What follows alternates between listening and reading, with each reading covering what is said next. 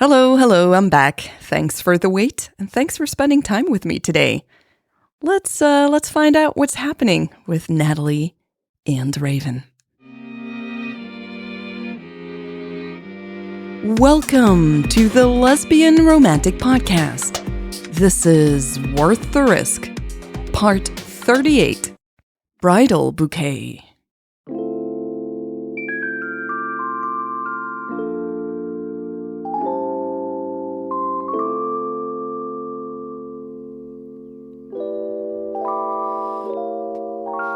Natalie blinked a few times. Raven stood right in front of her, her arms open. "You scared the crap out of me," Natalie said, covering her heart and taking a step back. Raven lowered her arms. "Sorry." Her smile faded. It's okay," Natalie stammered and closed the door behind her.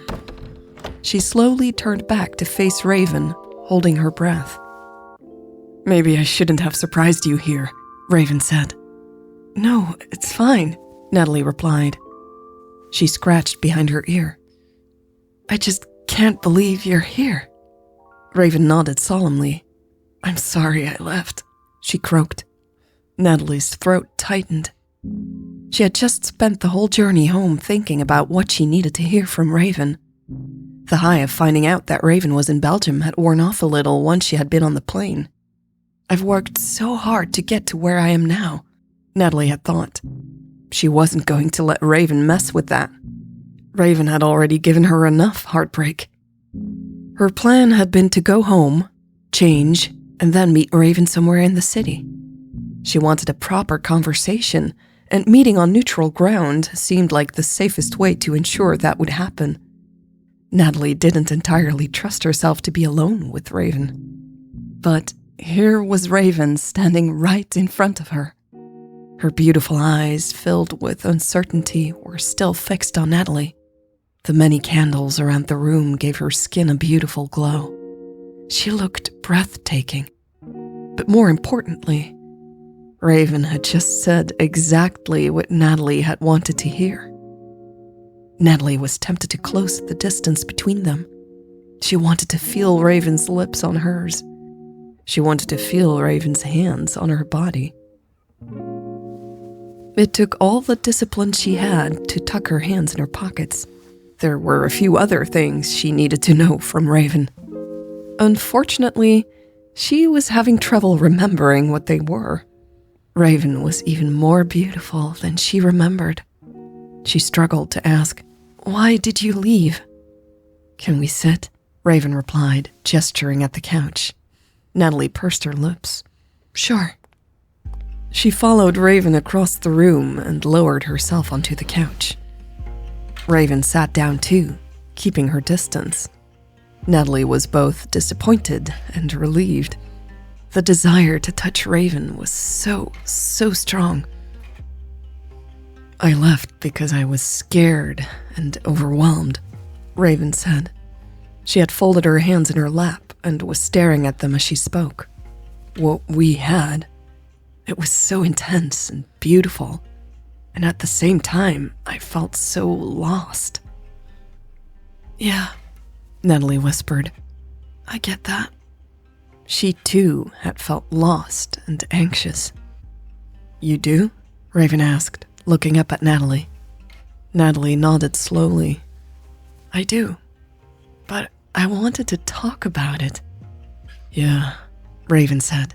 "I should have stayed to do that. My sister said I bolted because things got difficult." She cleared her throat. Sounds like she was right, Natalie thought, but didn't say it. "She was right," Raven continued. "But I changed now. It might be hard for you to believe because it has just been a few months, but I really did change." "It's not that hard to believe. I changed too." Natalie smiled at Raven. The intensity in Raven's eyes grew. "Yeah, you got even more beautiful." Natalie's cheeks turned bright red. Her heart pounded in her chest. She looked around the room, unsure what to say next, and spotted the dried flowers on the table. She hadn't noticed them before. Where did you find those? She chuckled. Raven glanced over her shoulder. The flowers? Yes, they're my mother's bridal bouquet. Natalie laughed. Oh shit, Raven gasped. I'm sorry. Kim and I found them upstairs and... Kim? Natalie interrupted Raven. Kim helped you? Raven closed her eyes. Shit, she said again. Yeah, that's how I got in. Natalie shook her head, chuckling. I figured as much. I didn't know she was in on the decorating, though. It was her idea, to be honest, Raven said, scratching her cheek. Credit where credit is due. She kind of talked me into it. Of course, Natalie laughed. I should have known.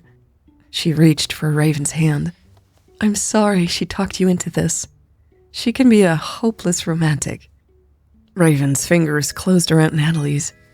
Natalie welcomed the rush of heat that coursed through her body. There was no way of stopping it anyway.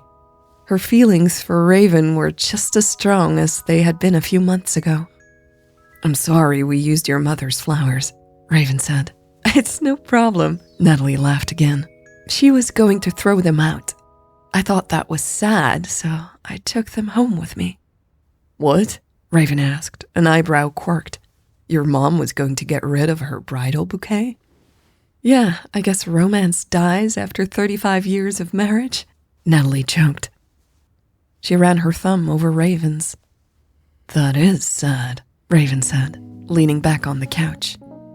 I always hope I would still be as much in love after 35 years as I was the first day. Natalie's breath caught.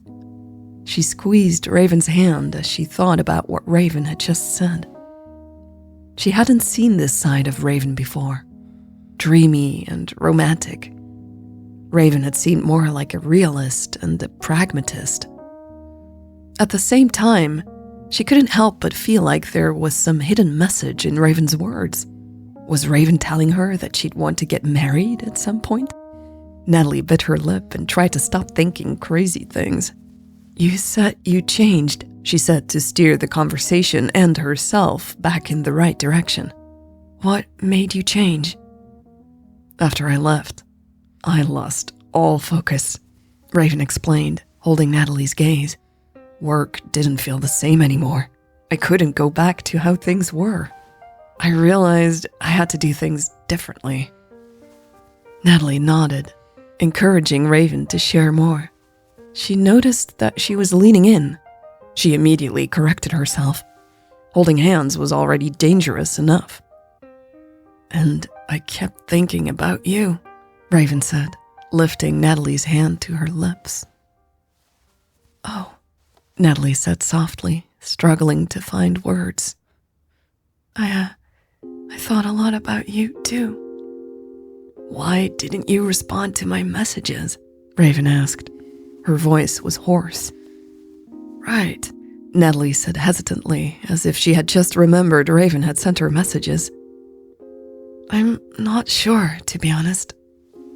I guess I was too angry. She shifted in her seat. I wanted to forget about you. Raven winced. I get that, she said after a few seconds. I couldn't, though, Natalie admitted quietly. Her eyes filled up. She clenched her teeth and averted her gaze. I'm so sorry I hurt you so much, Raven said softly. A tear rolled down Natalie's cheek. She quickly wiped it away. I know it's not something you can forgive easily, Raven continued, squeezing Natalie's hand. I just hope maybe one day you can, and we can... Natalie used the sleeve of her shirt to wipe away more tears. When Raven stopped talking, Natalie turned around to face her. Her lips parted when she saw that Raven, too, was crying. I love you, Raven whispered, and I ran away from you. A sob escaped her lips. Fuck, she said, and buried her face in her hands. I still love you, Natalie said before thinking about it. So much. They stared at each other with teary eyes. Natalie took in a shaky breath.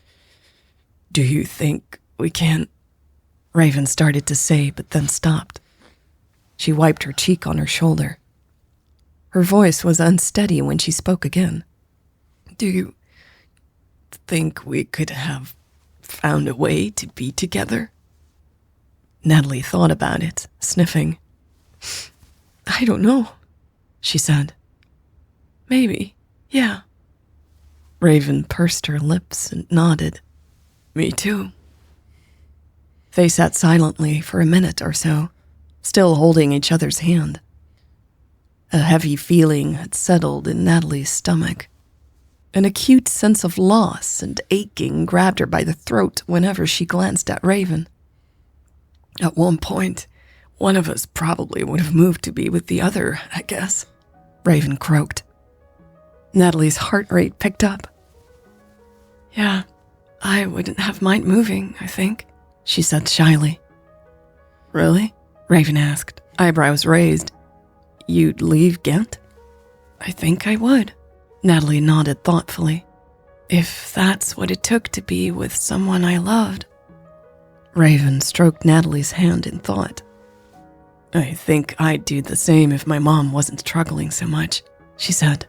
I don't want my sister having to take care of her by herself, you know? Yeah, Natalie said, nearly trembling as Raven's fingers ran up and down her lower arm. It felt so good to be touched by her. If your mom were okay, you would enjoy living elsewhere? Yes, Raven said, sounding more convinced now. I think I'd be happy to move even. Living in Europe would be so cool. She rested the back of her head on the couch as she continued. The only thing keeping me in Atlanta is my mom's illness. Natalie wondered what Raven's mother would say if she knew this. She decided not to ask Raven about it, though. She didn't want to come across as pushy or preachy. I'm guessing moving your mom along with you isn't an option, she joked instead. Raven chuckled. No. She traced her fingers over Natalie's elbow. My sister would kill me. And my mom. She belongs in Atlanta for sure. Natalie smiled. I really am curious about your city. I'd love to show it to you, Raven replied. I'd love to share it with you. Her fingers now rested on the side of Natalie's upper arm. Natalie had never realized how sensitive the skin of this part of her body could be. Raven had set off a wave of desire that flooded her entire body. Natalie slowly turned her head to meet Raven's eyes. She gasped when she saw her own fire reflected in them. The air seemed to crackle with electricity. Things had been intense before, but this was a whole new level. Raven held Natalie's gaze as she slowly moved her fingers up Natalie's arm. Natalie shivered when Raven traced the line of her clavicle inch by inch. She instinctively let her head fall back. Raven stroked her neck and then ran a finger up to her lips. Natalie flicked her tongue over Raven's fingertip, earning her a groan from Raven. The couch pillow shifted as Raven leaned in to kiss Natalie's neck.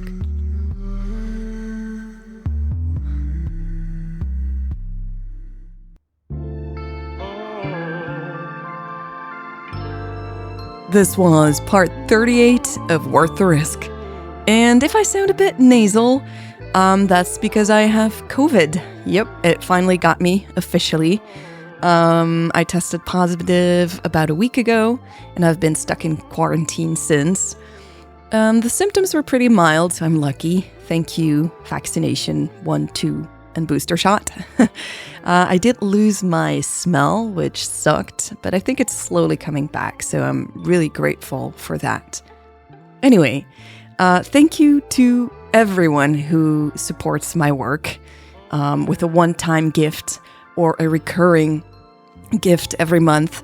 Thank you so much. It means the world to me, and it helps me to keep going with this story, and I hope the next. I'm starting to be rather certain of what I will do with the next story. Not that I know the story, but I've made some important decisions, and I think I will start talking about those very soon. So keep an eye on Keybase, the community, Patreon, and of course, this podcast channel. Again, thank you for spending time with me and COVID. And I will see you soon on this podcast. Well, not soon. I know 2 weeks is a long wait. So I will see you, I guess, in 2 weeks. But I really do try to get this episode to you as soon as I possibly can with time and budget. Thank you and bye.